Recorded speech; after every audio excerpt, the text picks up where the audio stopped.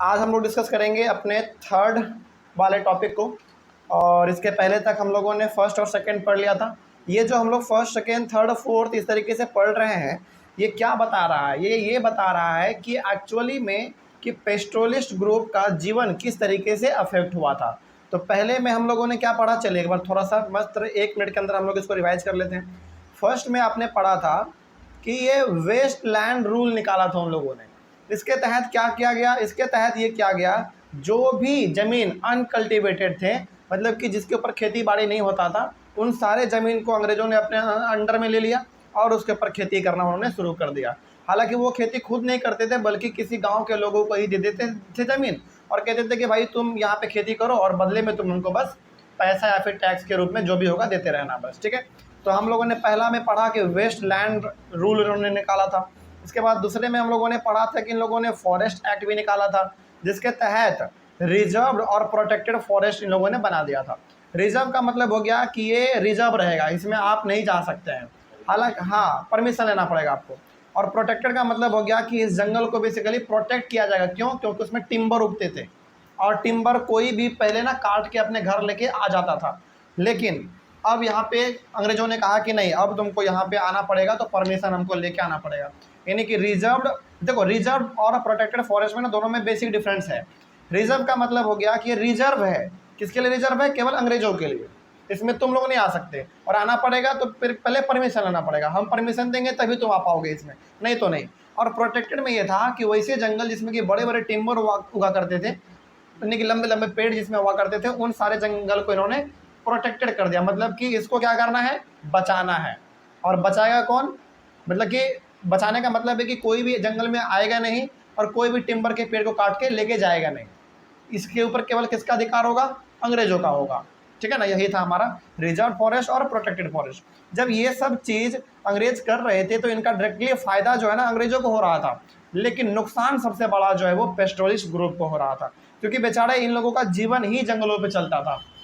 जंगलों से लकड़ी लाना, सब्जी साग जो भी था, मतलब जंगलों में जाके जानवरों को चराना, हर एक प्रकार के काम ये लोग जंगलों से ही किया करते थे। तो इन लोगों का जीवन एक तरीके से कह सकते हैं कि अफेक्ट हो रहा था। अगला बढ़ते हैं, लेकिन सबसे इसमें फ़ायदे में कौन था? अंग्रेज था फ़ायदे में इसमें, ठीक है ना। अब थर्ड पढ़ते हैं हम लोग, आज अपना शुरू करते हैं। थर्ड में कहा गया है पेस्टोलिस्ट changed their place every season in search of good pastures for their hertz. यहाँ पे आपने ये, अब तो आप लोग ये जान चुके हैं कि जो पेस्टोलिस्ट थे हमारे, वो हर सीज़न में अपने जगह को चेंज करते रहते थे। क्यों करते रहते थे? ताकि उनके जानवरों को अच्छा सा हरा भरा घास मिल सके, है ना। इसीलिए वो लोग हर सीजन में अपना जगह चेंज करते रहते थे। ठंडे में कहीं और चले गए, गर्मी में कहीं और चले गए, है ना। इस तरीके से लोग किया करते थे। उसके बाद the colonial government wanted to rule over a settled population. अब कॉलोनियल गवर्नमेंट मतलब यहाँ पे ब्रिटिश क्या चाहता था?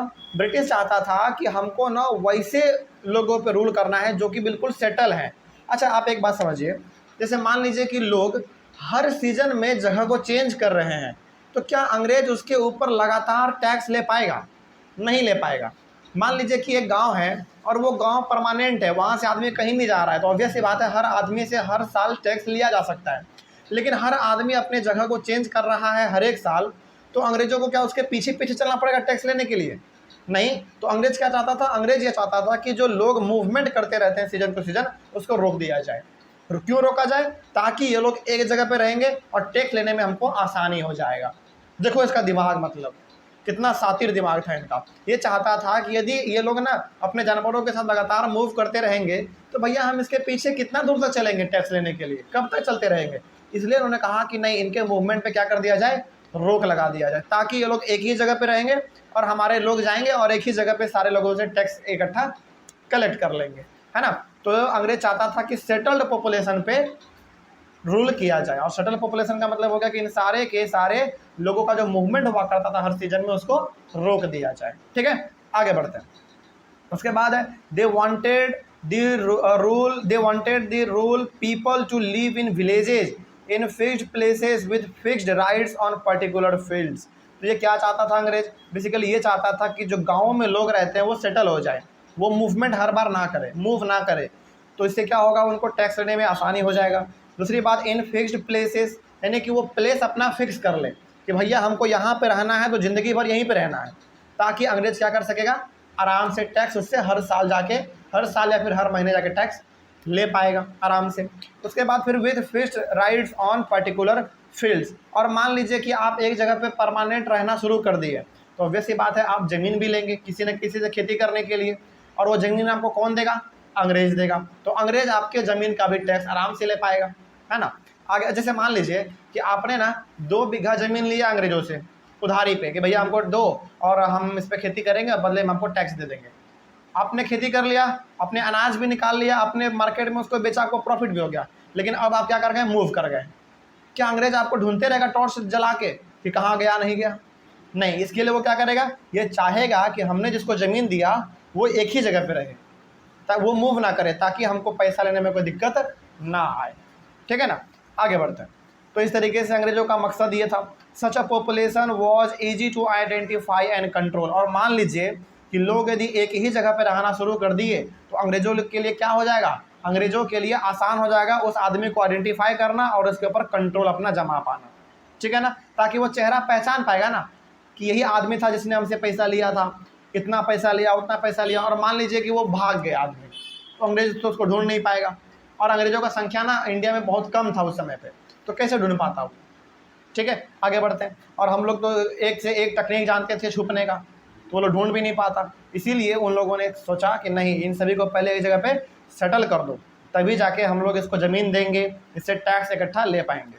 आगे बढ़ते हैं। इन 1871 the colonial government passed the criminal tribes act. अब देखो 1871 में ब्रिटिशर्स ने क्या किया, एक और एक्ट पास किया, उसका नाम था क्रिमिनल ट्राइब्स एक्ट। अब ये क्रिमिनल ट्राइब्स एक्ट के थ्रू क्या करते थे वो लोग, थोड़ा सा इसके बारे में जान लेते हैं हम लोग।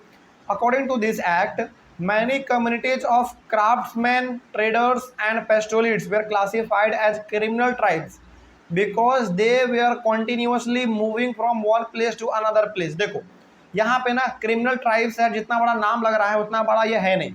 सिंपली ये क्या था, याद रखिएगा, जो लोग लगातार मूव करते रहते थे, मतलब कि अब इन्होंने क्या कर दिया, अंग्रेजों ने कहा कि अब कोई भी मूव नहीं करेगा, लेकिन इसके बावजूद भी कुछ लोग थे जो कि लगातार मूव करते रहते थे, अपना जगह चेंज करते रहते थे। तो जो लोग अब मूव करेगा उसको क्या कहा, वो क्या कहलाएंगे, क्रिमिनल ट्राइब कहलाएंगे। और क्रिमिनल ट्राइब का मतलब हो गया कि उसके ऊपर सजा भी होगा, समझिएगा ध्यान से, बहुत इंपॉर्टेंट था ये। तो कोई पूछे कि बताओ क्रिमिनल ट्राइब्स एक्ट क्या था और इसके तहत क्या होता था, तो सिंपली आप बताइएगा कि क्रिमिनल ट्राइब्स एक्ट अंग्रेजों ने इसलिए निकाला था ताकि लोग मूव ना कर सकें, और जो मूव करेगा इसके बावजूद भी उसको क्रिमिनल ट्राइब कहा जाएगा, और उसको अंग्रेजों के द्वारा सजा भी मिलेगा। सजा के रूप में हो सकता है कि उसको मारा पीटा जाएगा, या फिर हो सकता है कि उसके सजा के रूप में फाइन ले लिया जाए, कुछ पैसा ले लिया जाए, ठीक है ना। इस बात को बस आप याद रखिएगा। आगे बढ़ते हैं। फिर they were not allowed to move out without a permit. सोचो, मतलब कि यहाँ पे अब आदमी मूव भी नहीं कर सकता है अपने मर्जी से। सोचो, मतलब आदमी के मूवमेंट पे भी रोक लगा दे रहा है। सोचो अंग्रेज कितना खतरनाक तरीके से हम लोगों पे रूल करता था। मतलब ये तो हर आदमी का अधिकार होता है ना कि वो जहाँ जाना चाहे जा सकता है, लेकिन यहाँ पे देखो हमारे अधिकार को ये किस तरीके से दबा के रखता था। मतलब कि आदमी अपना गाँव छोड़ भी नहीं सकता है, कहीं जा भी नहीं सकता है बिना परमिशन के। मतलब कि यदि हमको अपना जानवर लेके कहीं और जाना पड़ेगा, शिफ्ट करना पड़ेगा, तो जाके अंग्रेजों से पहले परमिशन लेना पड़ेगा कि सरकार हम बदलना चाहते हैं अपना जगह, क्या परमिशन है। ऐसे सोचो कितना खतरनाक सिस्टम था। आगे बढ़ते हैं। The village police kept a continuous watch on them. और अंग्रेज जो है ना हर एक गाँव में पुलिस रखते थे, पुलिस, अपना पुलिस, ताकि किसी के ऊपर मतलब कोई यदि मूवमेंट करे उसके ऊपर नज़र रखो। देखो कितना तगड़ा है। मतलब उस समय से गाँवों में पुलिस रखा जाता था अंग्रेजों के द्वारा कि कोई गांव को छोड़ के भागे नहीं, और यदि भाग गया तो उससे अंग्रेज टैक्स कैसे ले पाएगा। इसीलिए वो चाहता था कि कोई गांव छोड़ के जाए नहीं और सभी से हम बराबर टैक्स लेते रहे। तो ये तरीका था उनका। आगे बढ़, अच्छा एक बात बताइए, जब पेस्टोलिस्ट ग्रुप का काम ही था मूवमेंट करते रहना और वो अब मूव भी नहीं कर पा रहे, तो क्या उसका जीवन क्षतिग्रस्त हुआ कि नहीं हुआ? बिल्कुल हुआ, बिल्कुल उनके जीवन में बहुत बड़ा प्रभाव आया, बहुत बड़ा मोड़ आ गया उनके जीवन में। ये हमारा तीसरा कारण हो गया उनके जीवन को अफेक्ट करने का। अब पेस्टोलिस्ट ग्रुप का और किस किस कारण से उसका जीवन पूरी तरीके से तबाह हो गया, नष्ट हो गया, वो हम लोग पढ़ेंगे अपने फोर्थ वाले में। तो फोर्थ वाले में भी देख लेते हैं क्या क्या बात कहा गया इसमें। देखिए इसमें कहा गया है to expand revenue income the colonial government looked for every possible source of taxation. देखो अंग्रेज ना हम लोगों से अलग अलग चीज़ों के ऊपर टैक्स लेता ही था। ज़मीन पे ले लिया, अनाज पे ले लिया, जानवरों पे ले लिया, इन सभी पे हम लोगों पे टैक्स लेता था। जैसे मान लीजिए कि मेरे पास बहुत ज़मीन है तो उस ज़मीन का वो टैक्स लेता था। कहता था कि देखो तुम्हारे पास बहुत ज़मीन है, उस ज़मीन के बदले में तुमको कुछ पैसा दो टैक्स के रूप में।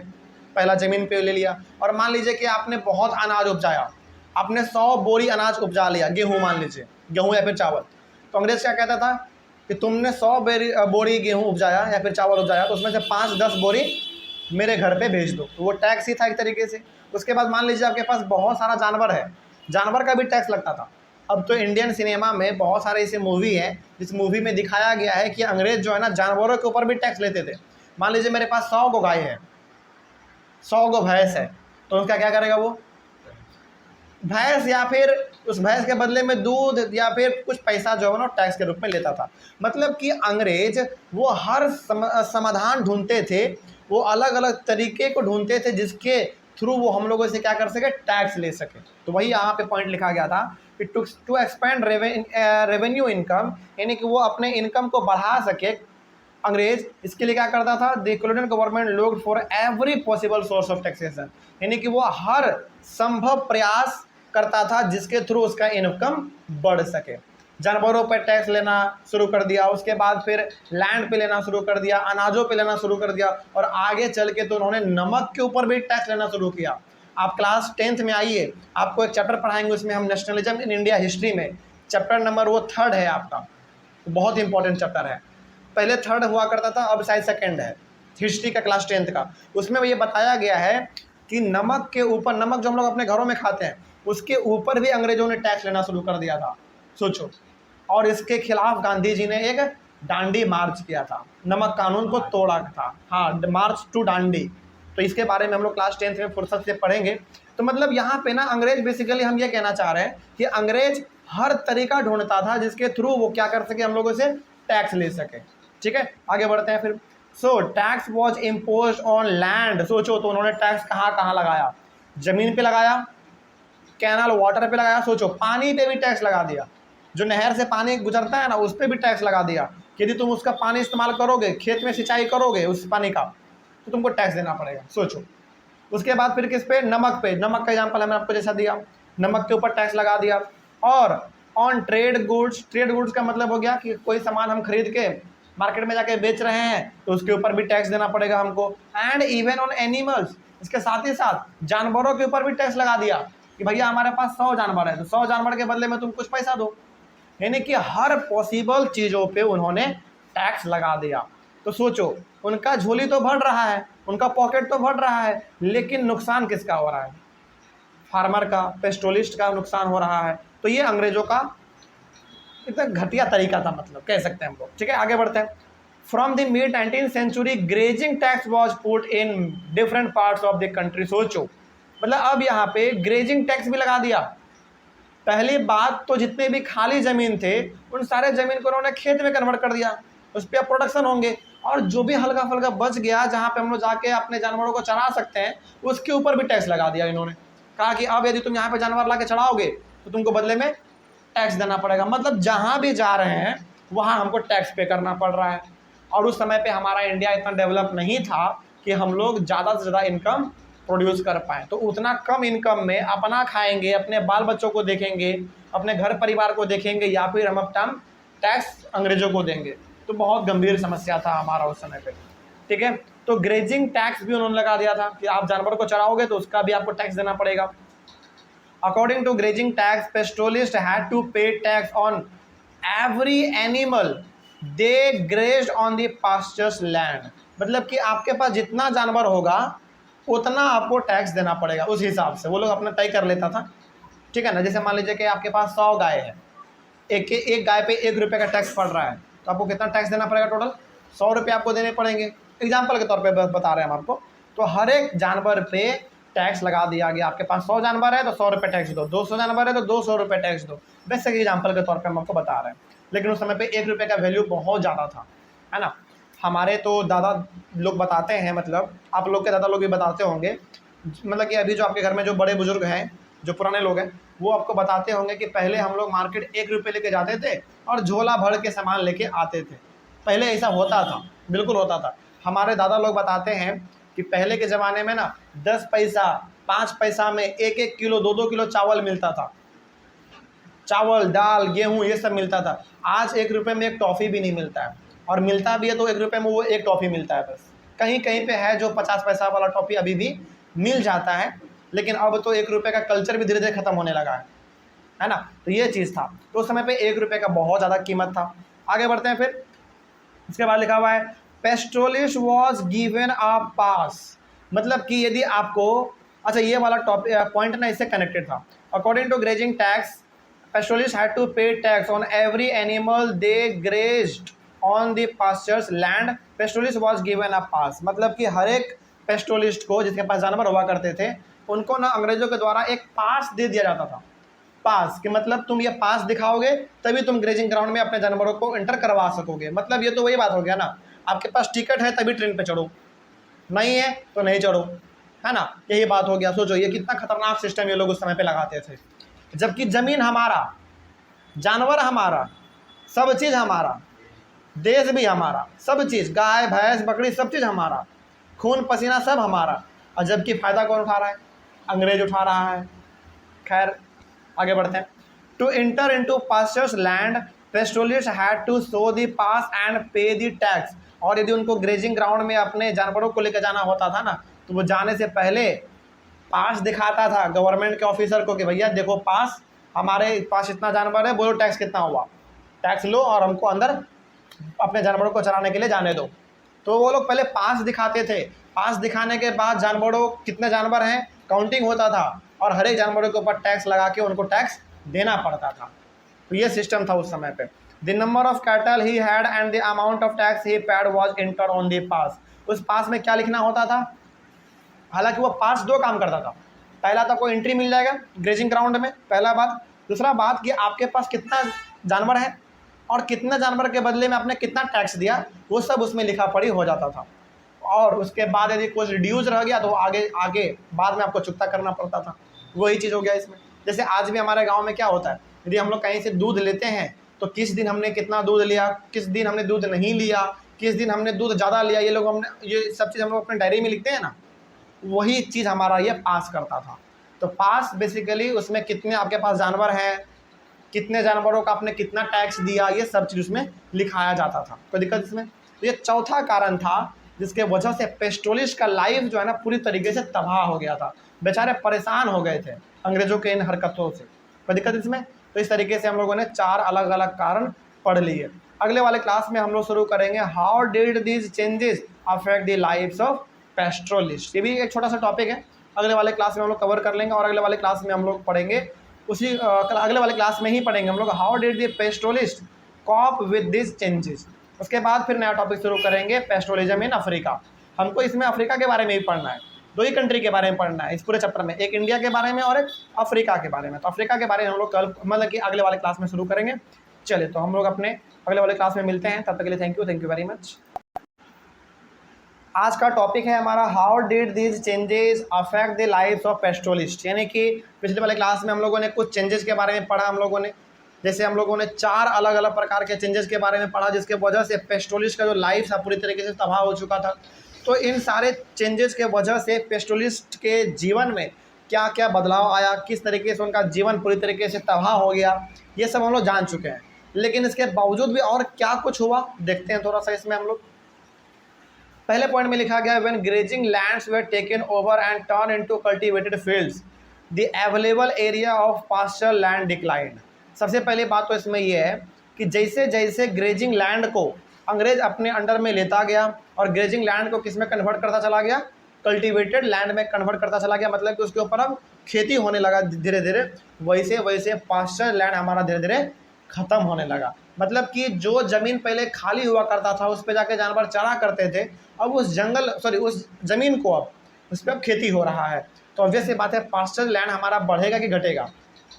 ऑब्वियस सी बात है घटेगा। तो यहाँ पे जानवरों को समस्या तो हुआ ही हुआ, साथ ही साथ जो हमारे लोग थे पेस्टोलिस्ट थे उनको भी यहाँ पे बहुत एक गंभीर समस्या हुआ, क्योंकि वो लोग अब अपने जानवरों को चरा ही नहीं पा रहे थे। क्योंकि जो खाली ज़मीन था उनको खेत में कन्वर्ट कर दिया जा रहा था। आगे, similarly due to the reservation of forest, sheep herds and cattle herds could no longer freely pasture their cattle in the forest। इसी प्रकार का आप लोगों ने पिछले वाले क्लास में ये भी पढ़ा कि जो फॉरेस्ट था उसको प्रोटेक्टेड कर दिया गया, रिजर्व कर दिया गया, जिसके वजह से भेड़ चराने वाले, बकरी चराने वाले, गाय भैंस, इन सभी चीज़ों को चराने वाले लोग जंगलों में नहीं जा पाते थे, जिसके वजह से उनको अलग अलग प्रकार के समस्याओं का सामना करना पड़ता था। उनके जानवर दिन के दिन भूखे रह जाते थे, अच्छी तरीके से दूध नहीं करते थे उनके जानवर, तो उनका पालन पोषण भी अच्छी तरीके से नहीं हो पाता था उस समय पे। ठीक है ना, आगे बढ़ते हैं। When restrictions were imposed on pastoral movement, grazing lands came to be continuously used and the quality of pastures declined. अच्छा, यहाँ पे आप लोगों ने ये भी पढ़ा था कि पेस्टोल के यानी कि पेस्टोलिस्ट के मूवमेंट पे भी रोक लगा दिया गया था। उन लोगों को आगे बढ़ने, मतलब कि अपने जगह से चेंज करने का मौका नहीं मिलता था। जैसे मान लो कि वो चाहते हैं कि अपने जानवरों को दूसरे जगह पे शिफ्ट किया जाए, वो लोग नहीं कर पा रहे थे। अब जब नहीं कर पा रहे थे तो उनके पास जो अवेलेबल पास्चर लैंड था उसके अगल बगल वाले एरिया में, उन्हीं पे वो बार बार हमारे जानवर चरते थे। और आपको ये मालूम है कि यदि एक ही ज़मीन पे लगातार जानवर चरेंगे तो उस ज़मीन का फर्टिलिटी कम हो जाएगा, एकदम बेकार हो जाएगा फर्टिलिटी, और ज़मीन भी हमारा तबाह हो जाता है ना। फिर वो मिट्टी हमारा धूल बन के उड़ने लगता है जब एक ही जगह पे आप जानवरों को चराएंगे तो ये सब चीज़ों का समस्या उस समय पे हम लोगों को करना पड़ रहा था। उसके बाद it created a further shortage of water for animals. अब हम लोगों को मूवमेंट भी नहीं करने दिया जा रहा है, अपने जानवरों को लेकर दूसरे जगह जाने भी नहीं दिया जा रहा है, जंगलों में भी घुसने नहीं दिया जा रहा है। तो ऑब्वियस ये बात है, हमारा जानवरों का जो फॉडर था, जो भोजन था, वो घट रहा था या बढ़ रहा था? घट रहा था, ऑब्वियस ये बात है। आगे, due to this cattle died in large number. सोचो, हालांकि यहाँ पे नंबर तो नहीं लिखा गया कितने कैटल मारे गए, लेकिन जानवरों के भोजन के कमी के वजह से बहुत सारे जानवर हमारे उस समय पे जिंदा मारे गए। लोगों ने जानबूझ के नहीं मारा, वो भूख से मर गए बेचारे। ऑब्वियस ही बात है ना, आप उसको खाना दे ही नहीं रहे हैं, अंग्रेज हर जगह पे रोक लगा के रखा है, तो ऑब्वियस ही बात है किसानों का जो जानवर है वो क्या हो जाएगा? मर जाएगा। तो एकदम बड़े लार्ज नंबर पे हमारे जानवर मारे गए उस समय पे। आगे बढ़ते हैं। तो ये सभी का जो समस्या था, ये समस्या किसी एक इंसान के पास नहीं बल्कि हर इंसान के साथ था, क्योंकि किसी को मूव करने नहीं देता था। ठीक है ना, आगे बढ़ते हैं। तो ये कुछ ऐसी समस्याएं थे जो कि पेस्टोलिस्ट लोगों को सामना करना पड़ रहा था। आगे बढ़ते हैं। ये वाला टॉपिक हमारा कंप्लीट हुआ, ध्यान से समझते हुए चलिएगा। और ऑनलाइन वाले बच्चे आप लोग वीडियो को पॉज करके इसका नोट्स भी लिखते चलिएगा, क्योंकि सारा पॉइंट आपके एनसीईआरटी का है, तो मेन पॉइंट यहाँ पे है। अगला टॉपिक है हमारा, how did the पेस्टोलिस्ट corp with the changes. अब देखिए यहाँ पे ध्यान से, ये जो सारे के सारे बदलाव हो रहे थे, इन सारे बदलाव को किस तरीके से झेला, किस तरीके से इन सारे बदलावों को पार किया, किसने? हमारे पेस्टोलिस्ट लोगों ने, है ना। इसको भी हम लोग थोड़ा सा देख लेते हैं। लिखा गया है, pastoralist reacted to the changes in a variety of ways which are as follows. यानी कि अब आप खुद बताइए, इतना सारा अलग अलग प्रकार का बदलाव किया गया, पेस्टोलिस्ट के मूवमेंट पे रोक लगा दिया गया, तो क्या हम लोग कुछ अपना एक्शन नहीं लेंगे? हम लोग चुप थोड़ी बैठेंगे, कुछ ना कुछ हम लोग भी करेंगे। क्या हम लोगों ने किया, जवाब के तौर पे देखा जाए। देखिए यहाँ पे लिखा हुआ है, some pastoralists reduce the number of cattle because there was not enough pasture to feed large number of cattle. यहाँ पे हम लोगों ने क्या किया? हम लोगों ने किसी प्रकार से हमला नहीं किया उनके ऊपर, बल्कि हम लोग और क्या हो गए? डर के हम लोग जीने लगे उस समय पे। क्यों डर के जीने लगे मालूम है? क्योंकि हम लोग थे बहुत ही कमज़ोर लोग उस समय पे। क्यों? क्योंकि उन लोगों के पास हथियार हुआ करता था, और हम लोग यदि उसको मारना भी चाहेंगे ना तो मार नहीं पाएंगे। क्यों? क्योंकि उनके पास पूरा हथियार है, उनके पास आर्मी हुआ करता था अपना। ठीक है ना, आगे बढ़ते हैं फिर। तो वही बात यहाँ पे कहा गया है कि जैसे जैसे रोक हमारे पेस्टोलिस्ट लोगों पे लगाता चले गए वो लोग, इसके परिणाम स्वरूप क्या होगा? ग्रेजिंग लैंड जो था वो धीरे धीरे ख़त्म होने लगा, और जब ख़त्म होने लगा तो हम लोगों ने क्या किया? अपने कैटल के नंबर को ही घटा लिया। मतलब मान लीजिए कि यदि हम पहले 100 गाय पालते थे, तो अब 100 गाय नहीं पालेंगे, 20 को पालेंगे, 30 पाल लेंगे, 40 पाल लेंगे। क्यों ऐसा हो रहा था? क्योंकि हमारे पास ज़मीन ही नहीं है उसको खिलाने के लिए, कहाँ से खिलाएंगे हम? इसीलिए हम अपने जानवरों के नंबर में कटौती करते चले गए। ठीक है, अच्छा ये अच्छा साइन ही है, बुरा साइन है?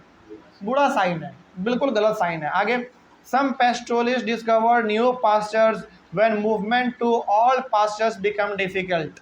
और कुछ लोगों ने तो वैसे भी जगह को खोज लिया कुछ लोगों ने वैसे ज़मीन को भी खोज लिया अपने जानवरों को चराने के लिए जो ज़मीन किसी के नज़र में नहीं आया था, जो ज़मीन बेसिकली अंग्रेज़ों के नज़र में नहीं था। तो उस ज़मीन पे लोग जाके जानवरों को चराते थे। लेकिन क्या वहाँ पे हर आदमी जाके चरा पाता? नहीं चरा पाता, क्योंकि किसी के घर के नज़दीक पड़ता होगा, किसी के घर के बहुत दूर पड़ता होगा। तो कुछ लोगों ने अपने जानवरों के संख्या को कम कर दिया, कुछ लोगों ने अलग ज़मीन को खोज लिया कि वहाँ पर जाके जानवरों को चराया जा सकता है।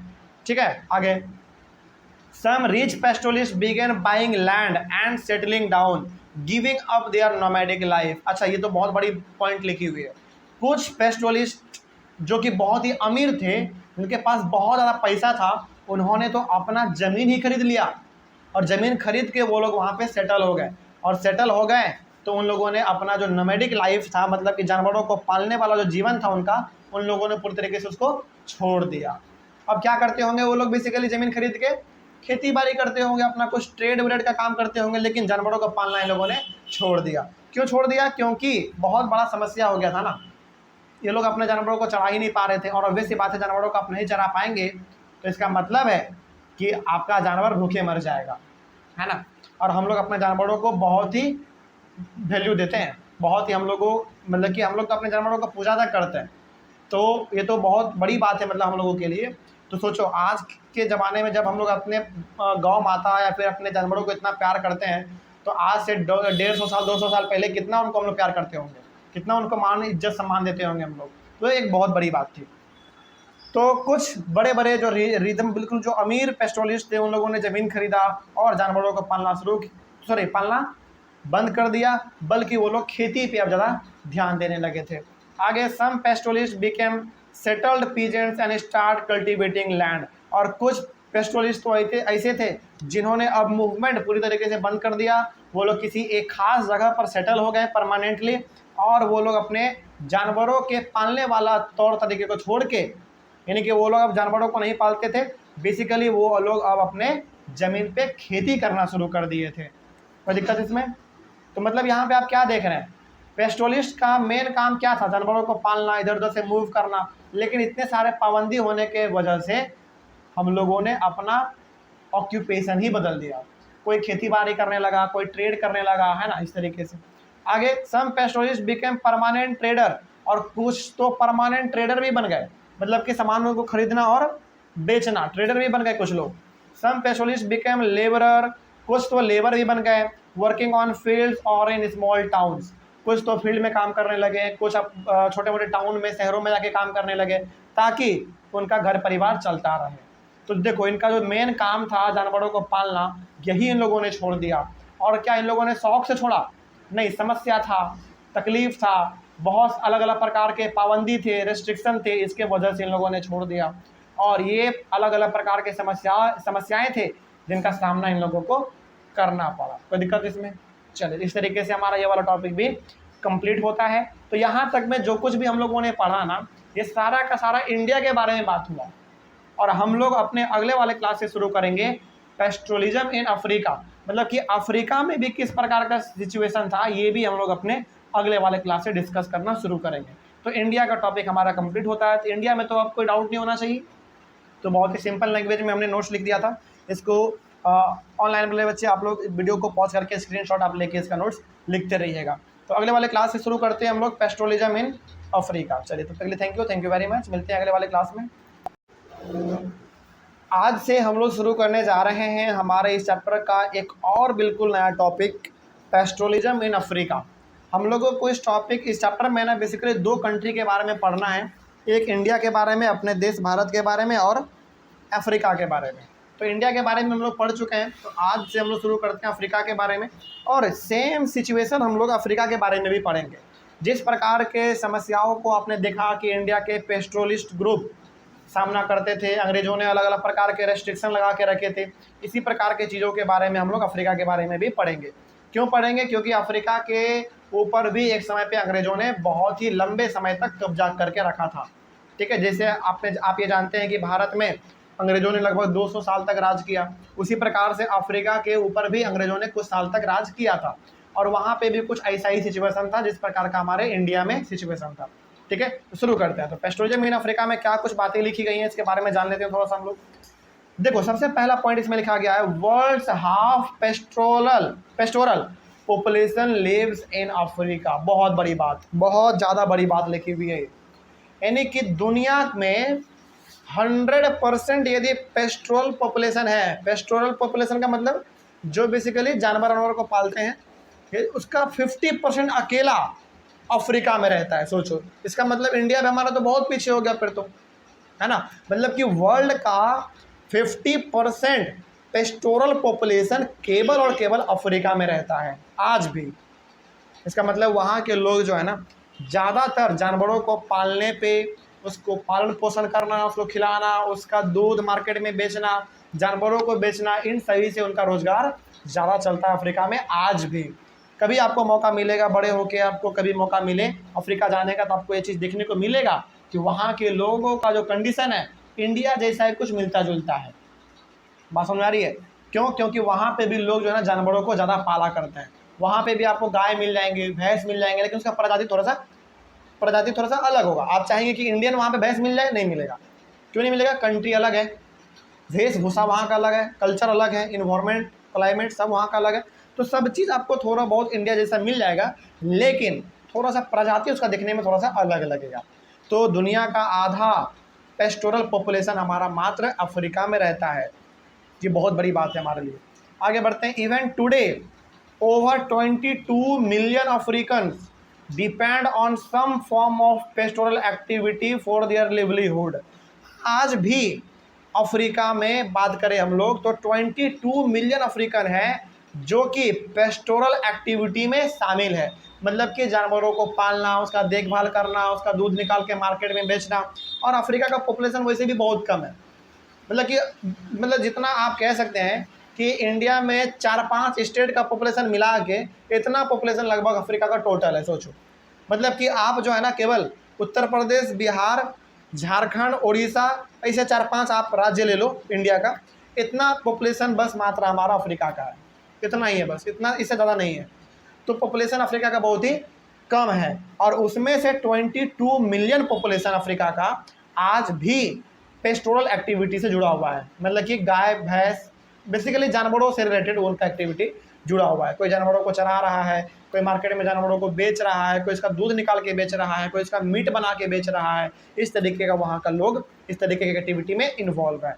उसके बाद दे इंक्लूड कम्युनिटीज लाइक, देखो ये बहुत ही इंपॉर्टेंट है, Bedouins, Berbers, Maasai, Somali, Boran and Turkana. ये अलग अलग प्रकार के कम्युनिटी हैं अफ्रीका में पाए जाने वाले, जो कि बेसिकली पेस्टोरल एक्टिविटी में शामिल है। मतलब कि ये जितने भी कम्युनिटी आपने देखे हैं सब के सब पेस्टोरल एक्टिविटी में शामिल है। मतलब कि थोड़ा बहुत जानवरों से इनका ताल्लुक ज़्यादा रहता है। ठीक है, आगे। They rear cattle, camels, goats, sheeps and donkeys. तो इन प्रकार के जानवरों को, अच्छा कैटल में ना आप लोग क्या समझते हैं? कैटल में बेसिकली हमारे गाय भी आते हैं, भैंस भी उसी में आ जाता है। उसी प्रकार से हमारा कैमल हो गया, गॉट हो गया, सीप हो गया, डंकी हो गया। तो ये अलग अलग प्रकार के जानवर हैं जो कि अफ्रीका के लोग पाला करते हैं। तो इनका जीवन यापन भी इन्हीं सभी चीज़ों से चलता है। ठीक है, उसके बाद फिर they earn through selling milk, meat, animal skin and wool. तो बेसिकली उन लोगों का जो पैसा आता है वो कहाँ से आता है? जानवरों का दूध बेच के मार्केट में, मीट बेच के, एनिमल का स्किन बेच के और एनिमल का ऊल बेच के इनका जीवन यापन पूरी तरीके से चलता है। तो एक मोटे मोटे लाइन में आप ये कह सकते हैं कि इनका जो जीवन यापन है वो कम्प्लीटली किसके ऊपर डिपेंड है? जानवरों के ऊपर डिपेंड है। ठीक है ना। आगे, some earn through trade and transport. लेकिन कुछ लोग ऐसे भी हैं जो कि ट्रेड करके और ट्रांसपोर्ट करके भी पैसा कमा रहे हैं। लेकिन ज़्यादातर लोग जो है ना वो पेस्टोरल एक्टिविटी में ही शामिल है। तो कुछ लोग जो है मात्र ट्रेड और ट्रांसपोर्ट में लगे हुए हैं। 3 lakh Masai community lives in Kenya and 1,50,000 lives in Tanzania. ये डाटा थोड़ा सा आप याद कर लीजिएगा, आपके एनसीईआरटी बुक में लिखा हुआ है ये चीज़। मतलब कि अफ्रीका में 3 लाख मसाई लोग कहाँ पे रहते हैं? केन्या में रहते हैं। कहाँ केन्या है? अफ्रीका में है। उसके बाद 1.5 लाख 1,50,000 कहाँ पे रहते हैं? तांजानिया में रहते हैं। ये मसाई लोगों का डाटा था, मसाई कम्युनिटी का। आगे बढ़ते हैं।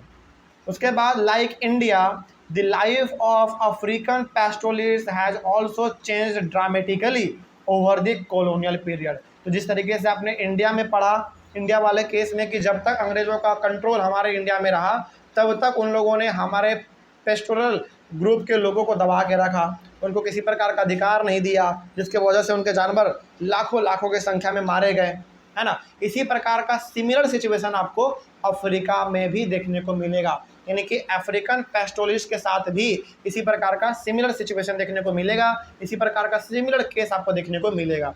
तो हम लोग अब जो पढ़ेंगे वो हमारा बात होगा अफ्रीकन पेस्टोरलिस्ट के बारे में, कि उनका जीवन कैसे चलता था, उनके जीवन को किस तरीके से अंग्रेज़ों ने तबाह कर दिया, है ना, क्या रिजल्ट निकला इसका, क्या परिणाम निकला, ये सब कुछ अब हमारा इसी के बारे में बात होने वाला है। तो इसको हम लोग अपने अगले वाले क्लास से कंटिन्यू करते हैं, क्योंकि ये वाला टॉपिक थोड़ा सा हमारा बड़ा है, क्लास थोड़ा सा लंबा हो जाएगा, इसलिए हम लोग इसको अपने अगले वाले क्लास से कंटिन्यू करते हैं। यहाँ तक में तो कोई दिक्कत नहीं होना चाहिए।